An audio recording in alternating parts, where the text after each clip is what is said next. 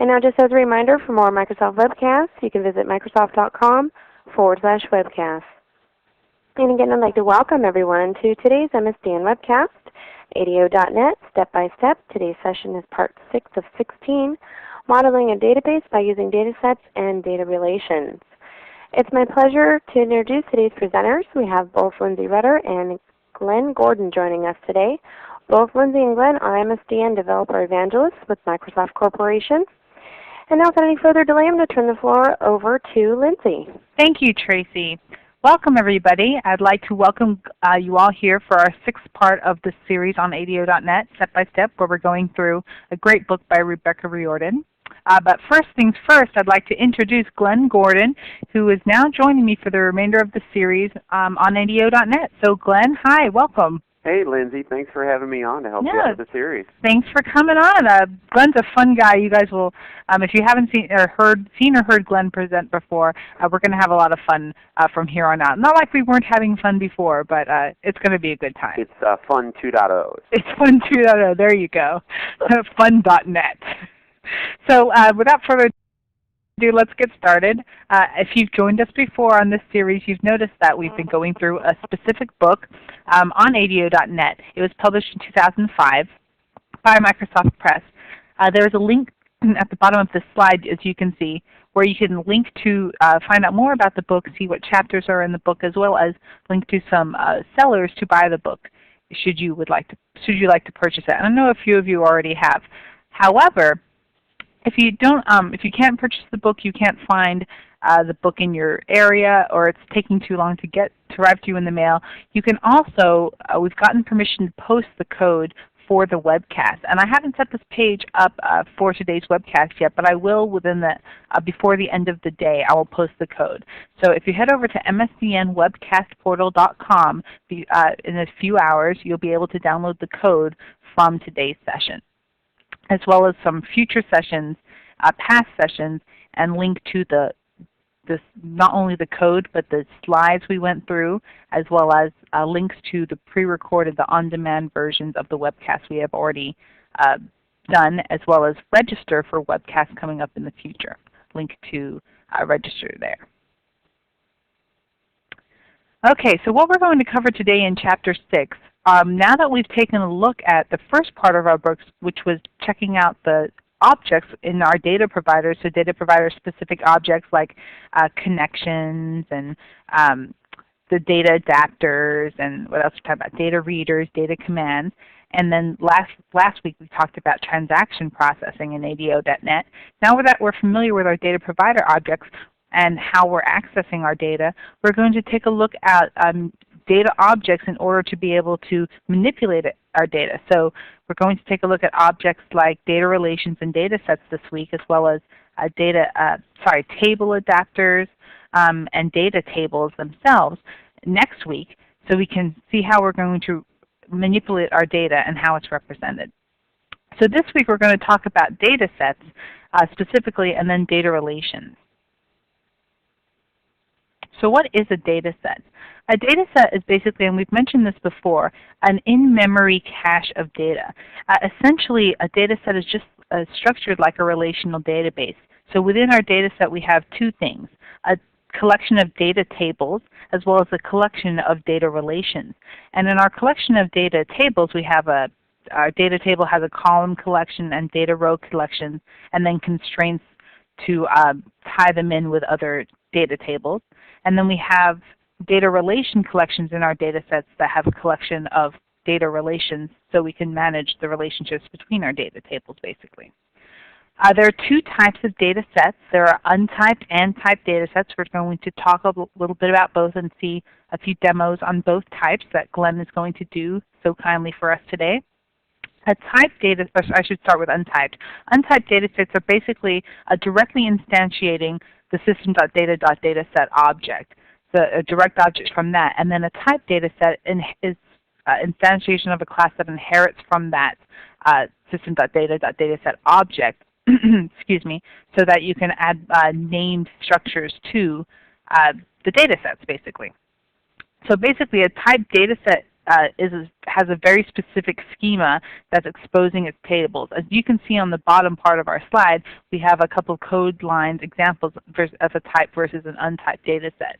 Because typed data sets allows us to expose our properties by names with easy manipulation. We have our DS orders, for an example, dsorders.order headers, .order ID. Those are named properties exposing our tables and our columns within that data set. Whereas on the second example, an untyped data set, we first have our data set DS orders, then we have to specify as a parameter to our tables the order header name, and then pass in the row number we're looking for specifically, as well as the name of the item. So we don't have this easy method of going through our data set properties using the name directly. Some other super benefits of that is the fact that anytime in your code you're typing something in a string, you are less likely to find the bug until that code is actually run. Whereas once it's typed, you've got order headers as a method of the data set. You've got order ID as a property of that, and the code is not going to compile if you've got typos in there. Exactly, and I do typos all the time. Also, in terms of IntelliSense within Visual Studio, being able to see what's exposed there straight out of the way. That's very easy. The code editor supports that IntelliSense. Yeah, that's my favorite thing. Hit the dot and see what's there. Yeah, exactly. Hit the dot and see what you can do. Yeah, exactly. However, one thing I should cover, excuse me, I'm still getting over my cold here, guys. One thing you can do with a untyped data set that you can't, or sorry, untyped data set that you cannot do with a typed data set is if you don't know the structure of the database that you're getting a model of until runtime. If you don't know until runtime what you're using the data for, how you're modeling that data, an untyped data set is where you basically need to go. Excuse me. Okay, so as I mentioned, the data set is an in-memory cache of data, so therefore all the rows of data in the data set are available at all times. In contrast to a data reader, which we discussed a few chapters ago, there's more overhead with a data set, so that's just one thing that you should keep in mind. However, in ADO.NET 2.0, if you'd like to, you can treat the data set as a data reader. And just to remind you, a data reader is basically a fast-forward stream of data. So it just takes a row of data and spits it out, forward-only stream of data. Basically, you would use the create data reader method of that data set, and that returns a data table reader object, which acts just like a data reader. Okay. So let's talk about creating data sets, and then Glenn's going to run you through a quick demo. Well, data sets, just like we've been talking about with our other objects, can be created at runtime or design time. And there's definitely tools in Visual Studio allowing us to create data sets. One of them is the Visual Studio Dataset Designer. You can also create a data set automatically using the Data Source Configuration Wizard. If you remember in Chapter 1, the first part of our series, we added a data source to our project, and that automatically created a data set for us. Or from your data adapter, you can generate a data set. So those are the three ways, via the Data Source Configuration Wizard, the Data Set Designer, and through a data adapter. Untyped data sets, to create those, you can do so in code, or you can do so also with the Data Set Designer. However, one note that this has in the book, which I think you should pay attention to, is that we want to create a typed data set in design time, but creating a typed data set in code can be very tedious because of obviously the mappings to the name specific, the schema specific to a typed data set. If you would like to see how that's done, we suggest that you, in Visual Studio, when you create a typed data set, you view the code behind the designer, so the .designer.vb or the .designer.c# file, to see how Visual Studio itself has created the typed data set if you wanted to model that in code. Without further ado, I'm going to hand it over to Glenn to go through a demo of how to create typed and untyped data sets. All right, thanks, Lindsay.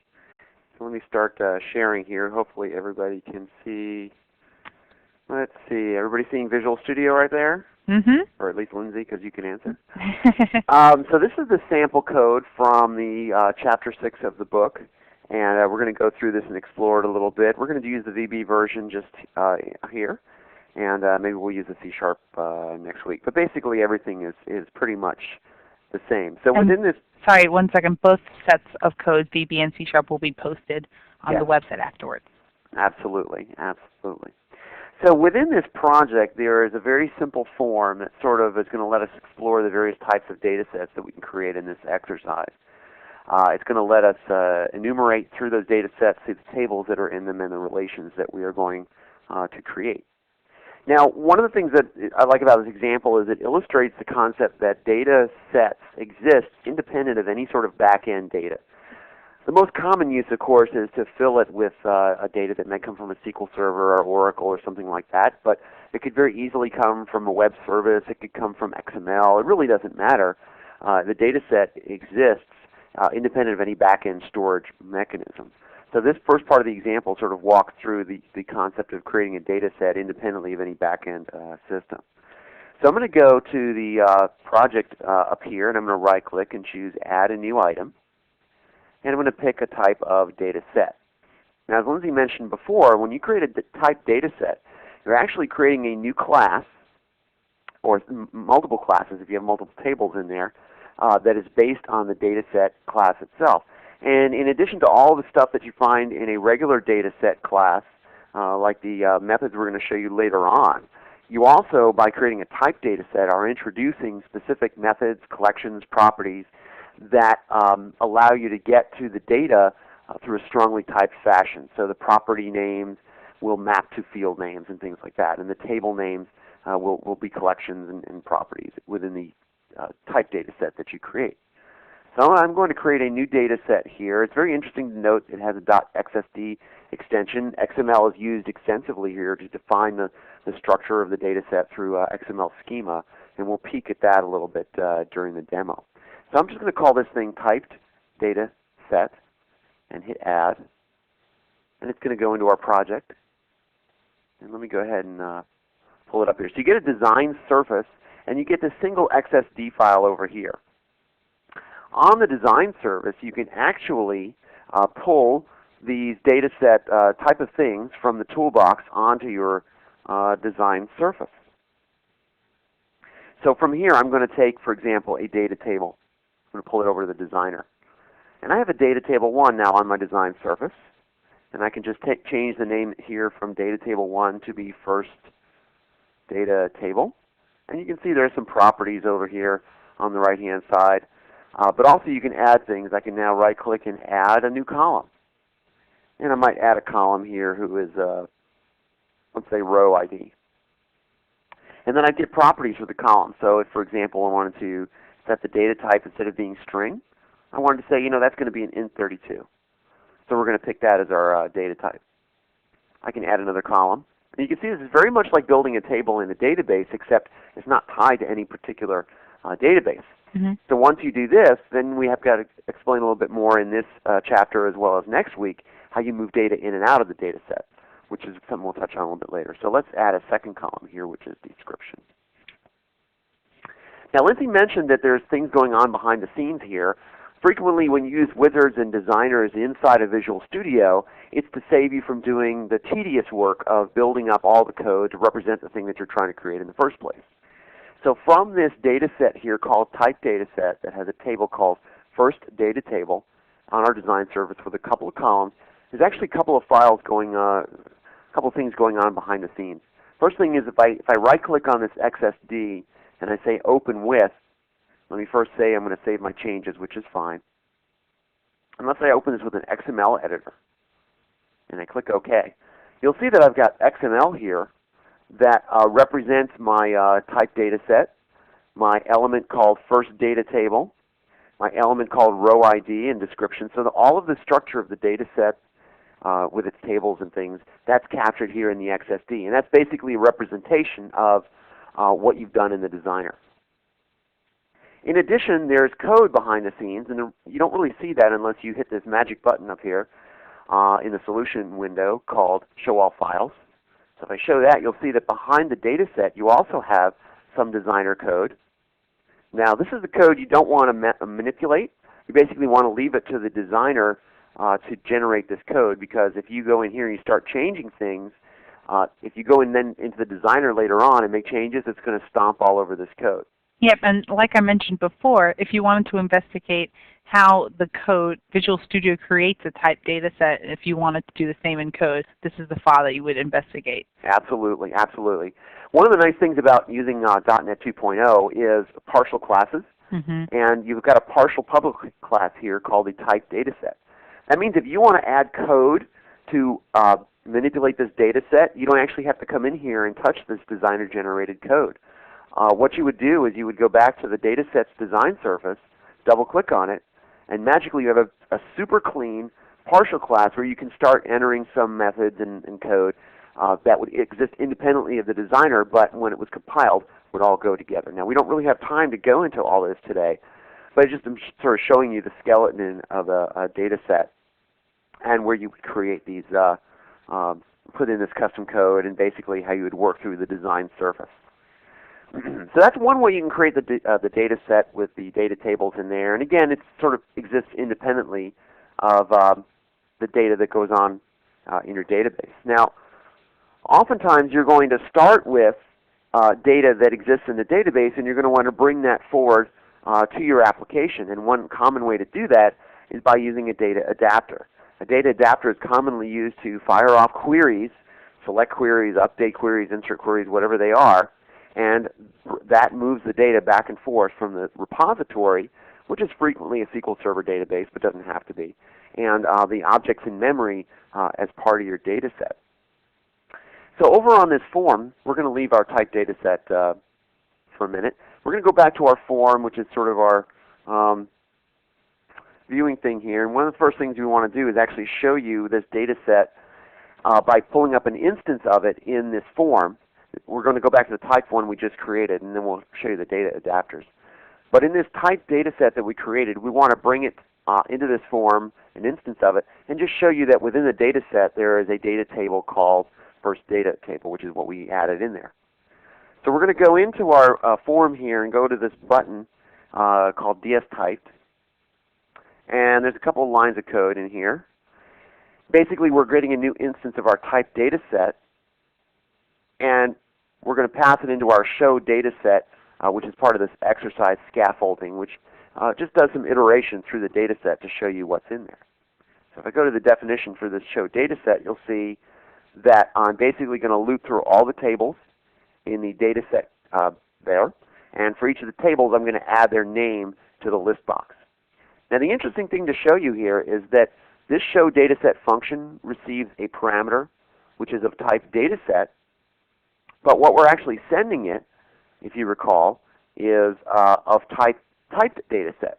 The reason this works is because when you create a typed data set, it actually inherits from data set, and so it's able to have a tables collection and a relations collection and all the things that a normal data set would have. And in addition to that, it has all the strongly typed things that you want in your tables, like the properties and the table names and the fields and that sort of thing. So let's go ahead and run this code.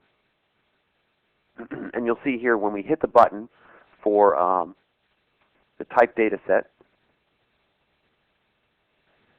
it's going to basically say there's one data table in there called first data table, the one that we created. We'll use a couple of other of these buttons in a minute to walk through some of the other data sets that we create. Alrighty, let's go back to our form and show you that there's already a data adapter on this form. So this data adapter has commands in it to move data back and forth from the database to something, but that something doesn't really exist yet. So we're going to click on this little smart tag here, and we're going to use our data adapter to generate a data set.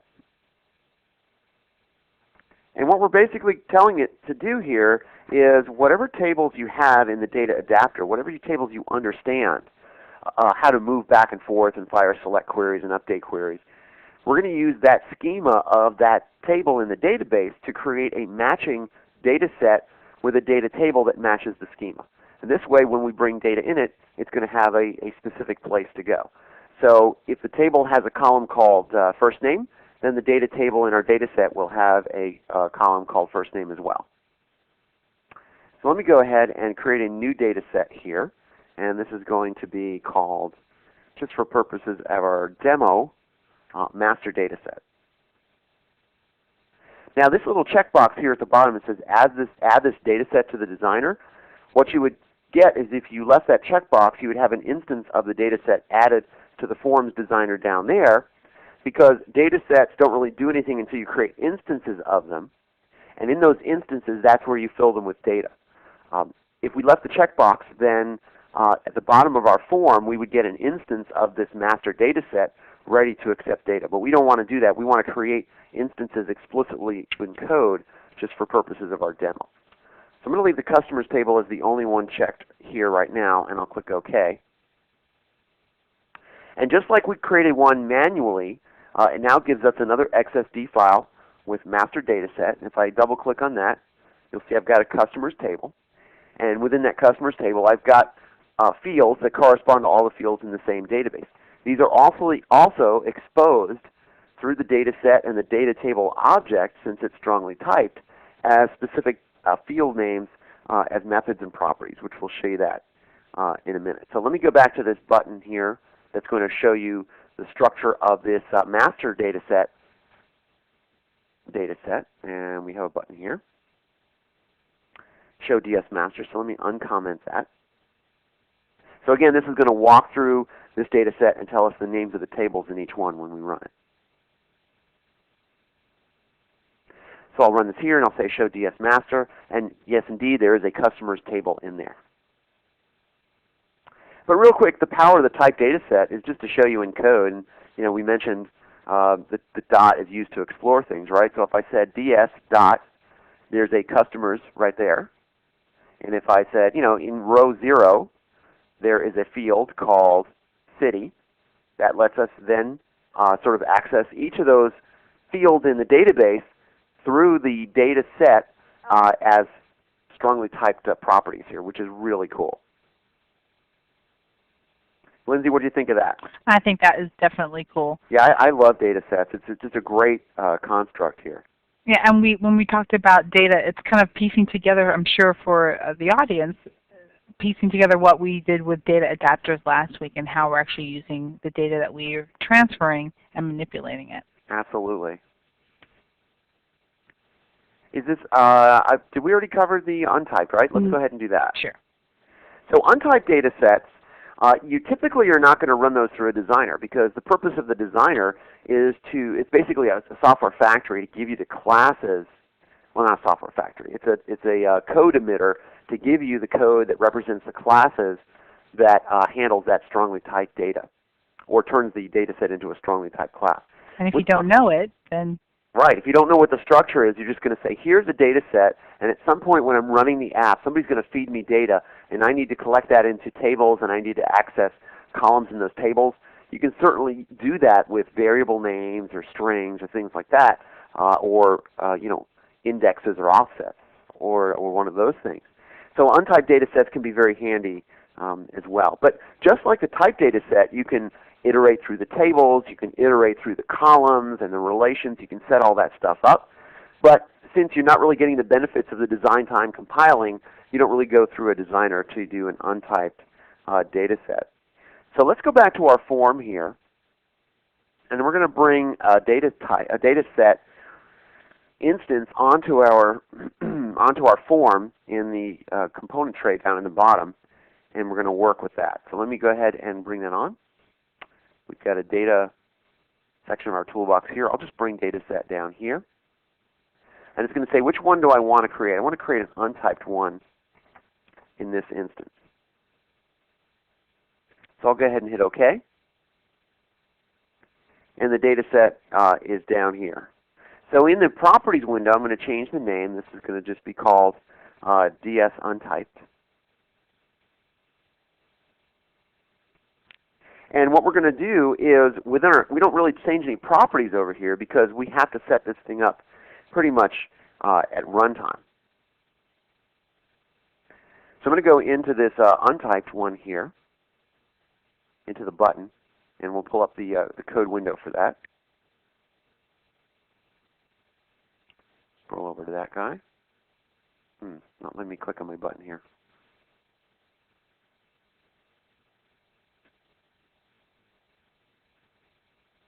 You're seeing that? It's not letting me click on my button. Am I running? Not running. How are you? No, you're not. All right, well, we'll do F7 and we'll just jump to that. Here's the untyped button code right here. So we created a data set called DS untyped, and as of now, it has nothing in it. So if I run the application and I click on the untyped button, there's nothing in there. I have an empty shell, right? So what I want to do is add some code to create an instance of a data set and add some stuff to it.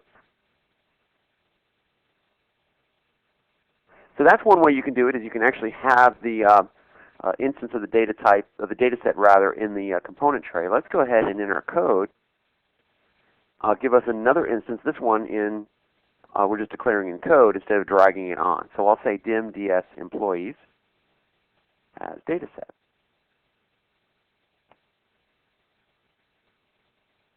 And then in our constructor, we're going to add some code to create a new data set here. And I'll say ds employees equals new data set.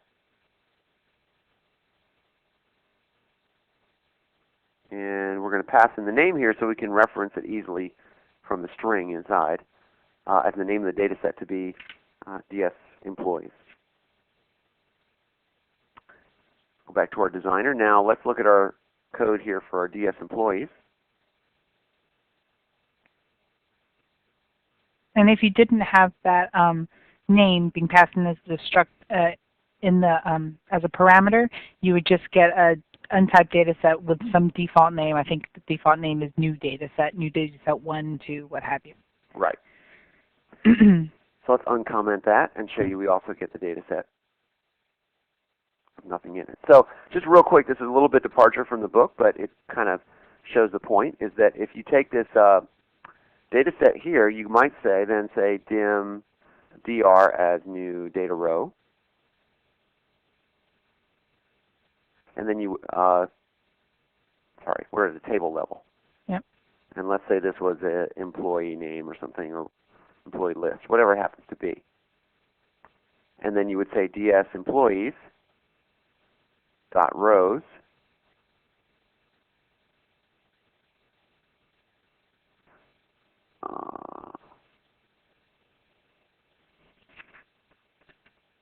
data rows.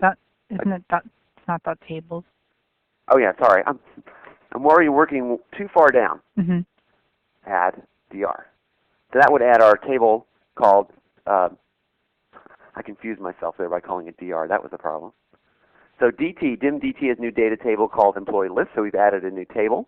And then to the tables collection of the data set, we're now adding the table we just created. So if I run it again, and this time hit the employees, you can see that it shows me that I have now a table in there. And this can continue down. You can add rows, you can add columns to rows, and it's all very elegant the way it's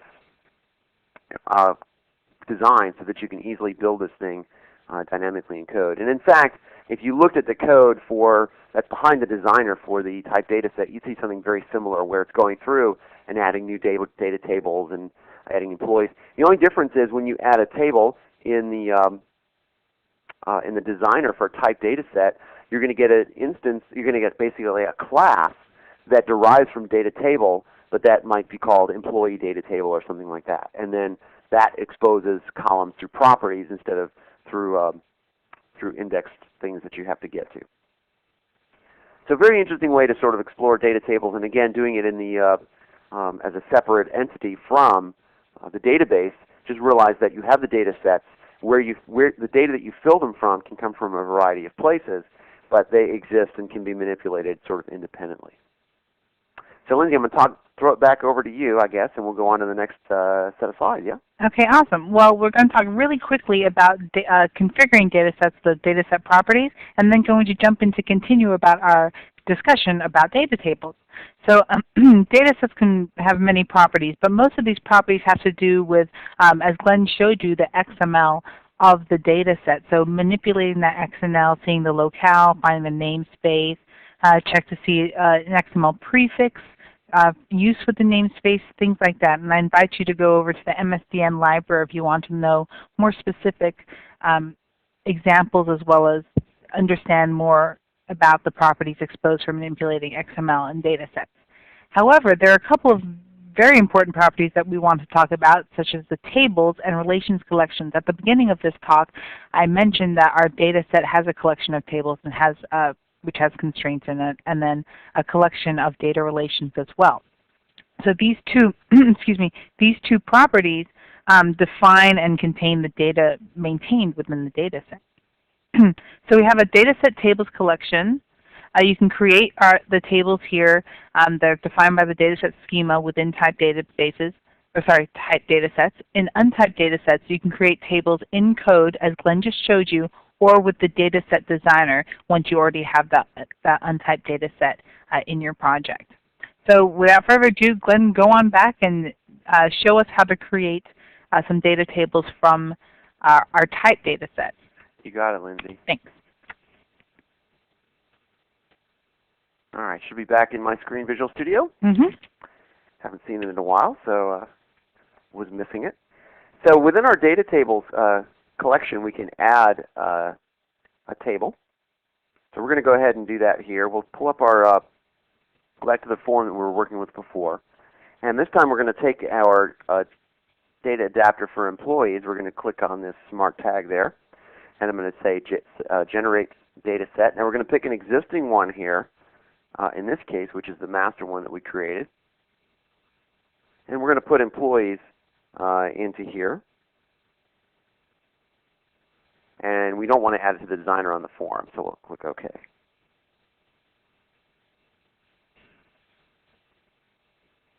Within this master data set, if we go back to it, you'll see now that we have customers as well as employees.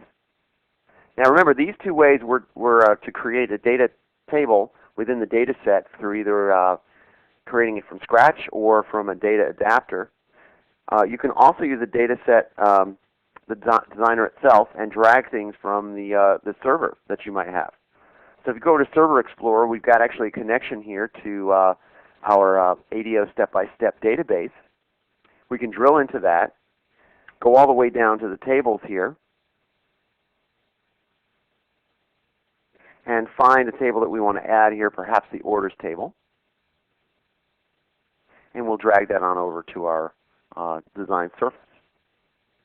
So one thing you're going to notice, and this is something we're going to cover more in the subsequent chapters, is that in addition to creating the data table within our designer, it also gave us the table adapters at the bottom, which have a couple of methods for retrieving the data. We're going to cover more of those a little bit later on. But again, within the structure of a data set, they do have a presence here, and they're very easy to work with. Now that we have this guy in here, customers, orders, and employees table, when we hit our Run button and we show our master, you'll see that it in fact lists all three of the tables that we have in here. So just some other views for pulling in data tables into your data set. How'd that look, Lindsay? Good time. Made sense? Yeah, it makes perfect sense. All right. All right, so moving on to our methods that we have exposed by our data set. Again, there are, just like our properties, there are a whole lot of methods that are for interacting with XML, like getting the XML schema, checking to see if you're reading the XML into the data set, trying to find out, inferring a schema from a file or an XML text reader, so just manipulating our data sets themselves via the XML.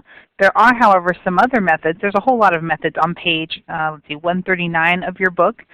If you have the book, you can follow along to view those methods and see what they actually do. But there are a few other methods, such as in the second point we have has changes, reject changes, and that's used to update our data set's tables collection, as well as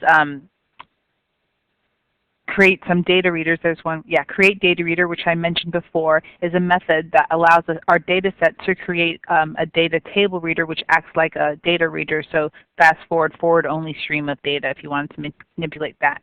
You can clear the data set, clone the data set, and copy the data set as well. So clone creates an empty data set that doesn't have any data in it, and the difference between that and copy is that copy also copies over the data for you. Now, Glenn, did you? Yeah, you're going to do that. Okay. Yep. I wasn't sure if we set up for that demo, but Glenn's going to go through a demo really quickly of how to clone a data set just to manipulate a method. And just like you manipulate this clone method, you would manipulate a copy as well as clear or create data reader set. Right. And I think we're going to look at those changes methods in just a couple of weeks, right? Yes, we are. There's a whole section of the data namespace that lets you figure out is data dirty and the data set does need to be written back to the repository, whatever it happens to be. And, I believe that's in Chapter 10, so a couple of weeks when we talk about editing and updating. Okay, I won't get ahead of myself. All right, so let's do a quick data set clone, and I'll also show the data reader, which I think is tremendously powerful in a lot of scenarios. Because it has less overhead than creating a whole data set. So a lot of times you just want to see a quick row of the data and how to manipulate that. So it's right, and there may be some, well, we'll talk about that when we get to that part of it. Okay, sorry. I was getting ahead of myself. That's fine. That's fine. Okay, let's go back to our form, and let's go to the code of our form. And up here at the top, we're going to go ahead and create ourselves another variable to hold our cloned data set. So this is dimds clone as data set. And down here we're going to create a clone of our employees data set that we've created here, and we're just simply going to say ds clone equals ds employees dot clone. Send in the clone. Sorry, I had to say that. So this gives us an easy way to clone instances of the database, the data set with no data in them. This might be useful to create multiple instances at the same time. I'll go down to the button to display this clone database, and you see that it has the same things in it as the employees one. So we'll go ahead and run this. And if I show DS employees, you can see, I've got that code in there that has the employee list. And actually, if we go back to the master, so we clear that list and then go to the DS clone, you'll see it also has emp list as one of the tables. So that can be pretty handy. All right, let's take a look at the data reader. This is pretty powerful.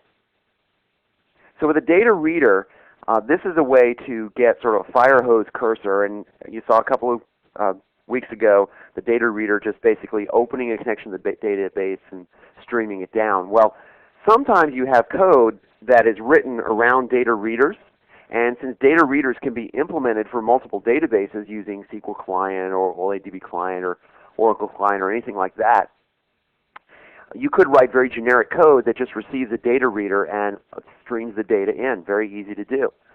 Up until you had this ability to create a data reader from a data set, you had to exist in those two worlds. You were either working with a data set where everything was present in memory, or you were working with data readers where it was streaming it from some back-end source. This gives you the opportunity now to write code that accepts a data reader, and the data reader might come from a database, but the data reader might also come from a data set in memory. So it lets you write code that's very, very, very flexible. All right, so we're going to go down to our button reader here, and we can see we've got a data table reader class already instantiated or set up here as a reference with a variable called dr. And here we're going to get an instance of our ADO SBS data set, and we're going to fill the employees table. So this is actually the first part of our demos today where we're reaching into some repository and bringing data forward. This fill method we're going to cover in a lot more detail. And stuff. We talked about actually data adapters a couple weeks ago. Yep. Okay. So this actually fills the employees table by going out to the connection and using this select statement that's been defined for it. And we will now have a data set that has a couple of tables in there, but one of them will contain data from the database. So let's say we wanted to then turn around and extract a data reader or set up a data reader from that data table and stream it out. So you can actually create data readers, data table readers, either against an entire data set, against a subset of them, or just against one table. So I'm going to say right here that dr equals ds_ADO_SBS dot create data reader. Now in here I can either, you can see there's an overload, I can either create a data table reader with one result set per data table that's in the data set, which is sort of a quick way to do it, or I can create it by passing in an array of data tables, and in our case we're going to create just a single element in the array, which is the employees table. So I'll say ds_ADO_SBS dot employees. Let me do Alt-Shift-Enter here to blow this up full screen. So that's telling me I want to set up a data reader against just that employees table. Now that this is set up, I can say, here's all the methods, right? I can say dr.read, I can see dr.hasRows, I can see dr.nextResult. That's the typical data reader technique for going to the next set of data that you might be reading from. So what I can do here is simply say something like message box.show, and we'll say data table reader contains, and we'll add into that dr field count .toString, and we'll say fields. And then you would do something simple like while dr.read. Very typical way of working with a data reader. We'll say message box.show dr. And what you have to do is go after, for example, the string type. So if one of the particular fields in the data reader is a string, so we'll say 1. Go after the second column there. And this should give us basically a message box for each of the records in there. So I'll go ahead and run that.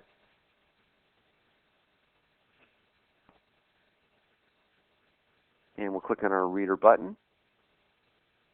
17 fields, and then it's simply just looping through each one as it's reading. And there you go. So very handy, and again, any place that you would have used a data reader from some back-end provider, you can actually now use the data reader coming off of the data set. So that's really, really cool. All right, Lindsay, I think we've got one more section left in the webcast, yes? Yes, we do. And our last section is, now that we have our data tables, how do we bind some relations between our data tables? I don't know, Lindsay. How do we bind? How do we do that? Okay. We use data relations. So as part of our data set, we have a collection of tables, but we also have a collection of data relations. So the tables collection defines how our data is structured and stored in the data set, but the relations collection defines these relations between the data tables. The relations collection either contains one or more data relation objects. Each one represents a relation between two tables. There's also, in data relations, you're allowed to see, to provide constraints for enforcing integrity between these tables. However, one thing I should mention is that though you can enforce constraints between two tables, you have to set the enforce constraints property of the data set to true. Okay, so to create data relations for your data tables, you can do so using the dataset designer that Glenn's already shown, that XSD file, or you can do it so at runtime in code, especially if you're working with untyped data sets. Before we kind of move on to the demo of how to quickly do so, I'll just talk about some of the properties. You have parent columns and child columns, and that's just the parent column defines the one side, an array of data columns that provide the one-to-many side of the relationship, one being the parent columns, child being the many. Parent key constraint, child key constraint basically returns that unique constraint that manages the data relation between the two. You have a relation name, which is the name of the data relation. The data set, of course, returns a reference to the data set from which the data relation has a part. You can define which data table is the parent table, which is a child table. So if you call that property on this data relation, you would get a reference back to which data set is which data table is the parent table, which table is the child table. A lot of these properties are read-only, and they get set when you actually create that data relation, so you can pass them in as parameters with that data relation method of the data set. You can, however, change some of the values in the dataset designer when you're creating these data sets. And what that does is when you can change some of the properties, it recreates the data relation. So it doesn't just change the current data relation, it recreates one. The nested property, let's say it's false by default, it basically allows us to affect how the XML is written, how that data is written in the file that Glenn showed you. So if you want to synchronize that data with like an XML data document, child rows are nested within parent rows based on the relations of the tables. So it just defines how your XML schema is defined. It doesn't change how your data set is modeled. It's always going to be modeled after your database no matter what, but whatever XML, however the XML is defined behind your file, you can manage that with the nested property of this data relation. Does that make sense, Glenn? Yeah, and we'll see it in the demo, okay. some of it. All right, next demo. Awesome. Oh, that's me. Yeah, that's you. I was just enjoying listening to you there. Okay, let's go and pull up Visual Studio and go back and finish up what we were working on. So this actually relates to a question that Andre asked during the webcast, which is when does it make sense to use data sets? Do you use one monolithic data set for all the tables in your application, or do you one table per data set, or how does it work? And just think about the word set. You know, when you want to use data together that makes sense, that goes together, and where you want to set up relationships, that's where you would do it as a set. It's not uncommon to see applications with 3 or 4 different sets of data as data sets, with different ways to manipulate them, different ways to move them in and out of the database, and things like that. So relations is one of those things that helps you sort of do that. And the example that we've been looking at actually throughout the series is this customer, employees, and orders. We're always going to go back to that. Customers are definitely going to be related somehow to your employee tables, which are going to be related to your orders. That's right. And also one of the nice things, too, is that within the concept of the data sets, you can bring in data that's actually related conceptually to each other, but not physically, right? So I could take 2 tables from a SQL database, 3 tables from an Oracle database, the output of a web service, and some XML. Put all that together. I sound like Rachel Ray, I guess. But you pull all that together into a single data set and work with it there, and then when it's time to put it all back to the right place, you can absolutely do that. So it's very flexible. And using your data provider specific data adapters. Absolutely, data provider specific data adapters. And they configure the relations. So this way you don't have to run code to say, you know, that this table, this value in this table in this Oracle database needs to relate to this value in this SQL Server database. You do it all through the data relations that we're about to do right here and set all that stuff up. So that's pretty neat. All right, let's go ahead and pull up one of the data sets that's been created for this demo for illustrating the relations concept here. And we're going to pull it up. Relations data set. So I've got categories and products. You can already see there's sort of a relationship there because category ID exists in the categories table, and it also exists in the products table. So what we want to do is when data is written to these tables through the code, remember it's not writing to a database yet, but when it's written to these tables in code, you want it to conform to certain rules. You don't want to insert a product where there's a category ID value that doesn't match one of the IDs that's already in the categories table. Likewise, if you delete or you update the category ID, you want it to filter down and trickle down to the products table. You may want to control it that way. It all depends whether it's a lookup table or sort of parent-child to transactions or things like that. Sorry, not specifically transactions, but just like an order to an order detail. If you delete the order, you might want all the details to go away. That sort of thing. So how do we add a relation here? Well, there's a nice tool up on the toolbox which is the relation control right there. So we'll drag that into the categories table. We're going to call this thing product categories, and we're going to say that the parent table is products, the child table is categories, and we're going to say that the category ID here in the products table matches the category ID in the columns table. And we can set up either a relation and foreign key constraint where we can have cascading deletes, or we can have just relations only. And we'll go ahead and click OK there. Now that we have the relationship, we would go ahead and save this. And we can explore the relationship with the code that we've already written, because we have in the form that we've been using for our demos a button here for the relations that basically gets a new instance of it and then shows the data set. If you remember in the show data set, I'll show you real quick in the definition. Oops, that's insert snippet. Go to definition. We have where we are going to loop through all the data relations. So we'll go ahead and run this code. And within here we will click on Show DS Relations, and you can see that we've got our two tables, categories and products, and we've got products categories as our relation right there.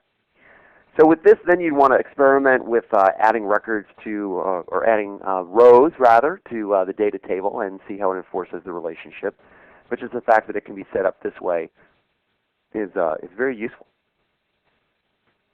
And that brings us to the end of our demos for this webcast. Okay.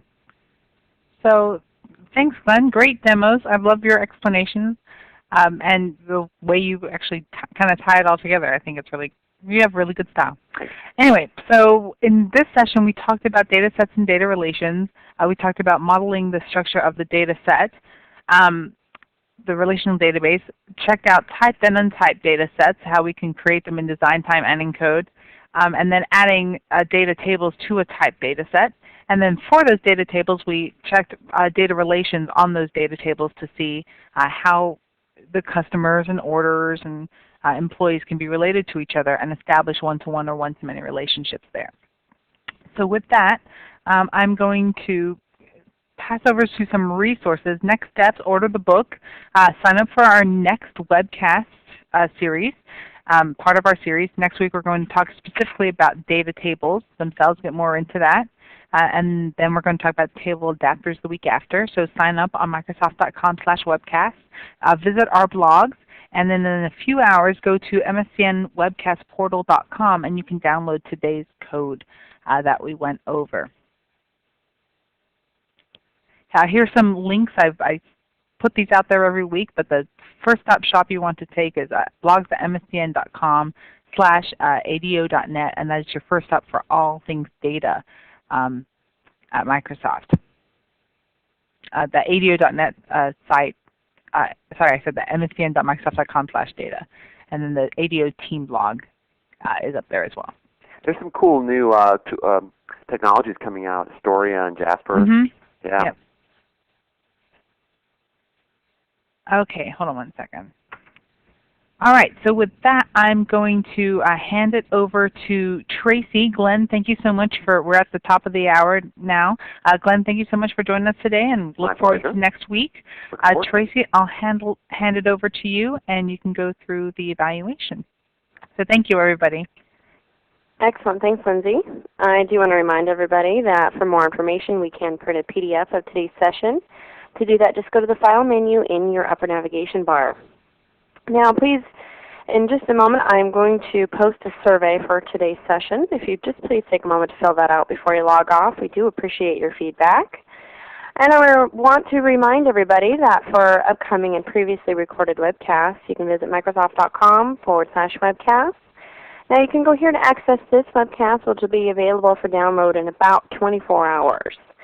And if you have any webcast content ideas, something out there you would like to see and you haven't yet, we'd love to hear from you. Just take note of this link here.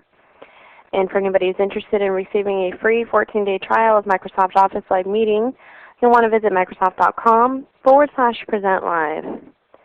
And now for filling out that survey today, you're going to be automatically entered in to win this 30 gigabyte Zune digital media player. That gives you a little incentive to fill that out for us today. And here is the survey. Please follow the links provided to complete today's webcast evaluation. And Lindsay, did we have any questions waiting there for you guys? There are a few in the queue.